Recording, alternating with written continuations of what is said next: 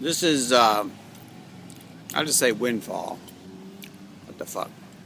Anyway, I drank a little bottle of something, alcoholic, I guess. And then another little bottle of rum.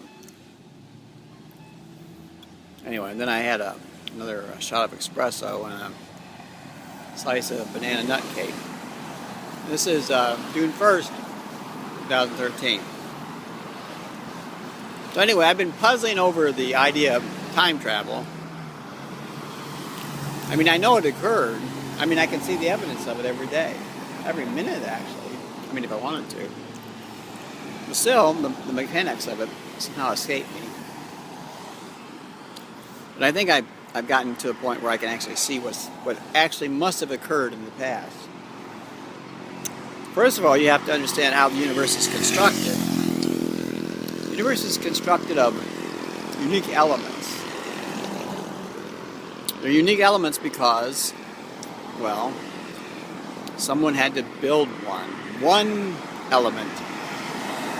And then, of course, from that came other elements. It's like you had to have something, and then something gave birth to other things.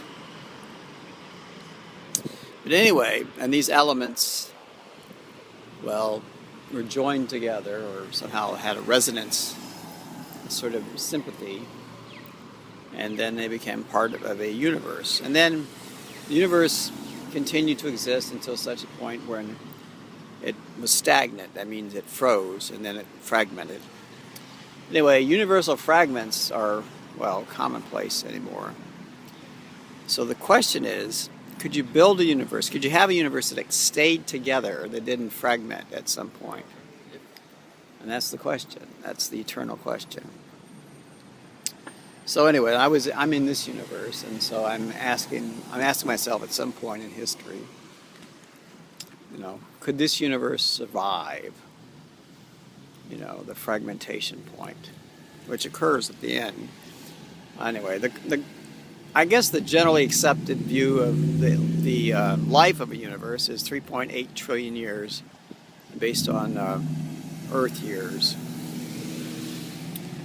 But anyway, so anyway, at some point, I'm not sure when. I guess it doesn't matter when. I was able to build or use or somehow construct a mechanism for me to pilot myself, travel myself, push myself, signal myself. I guess transfer myself, I guess you'd say. Translate myself to a wave that undulated through the universe in such a way that I was transparent to the universe, but the universe was not transparent to me, which is I could record everything that went on in the universe as I moved through it. I moved to the very end of it, to the point when it would fragment and then disappear. So anyway, and then I was able to move back to the beginning, from zero from the point where I started to 3.8 trillion years, and then from 3.8 trillion years to practically zero. So I knew the full extent of the universe. I knew the entire universe's structure, everything that happened, everything that could happen. And it was recorded through a device that somehow along the way I was able to acquire through technology that I saw that was developing. Anyway, so there I am at a place where I could say, well, I want to make the universe permanent or somehow stable. Anyway. So what happens is, through the mechanism of, by recording of the universe, I'm able to go to a point where I can make calculations.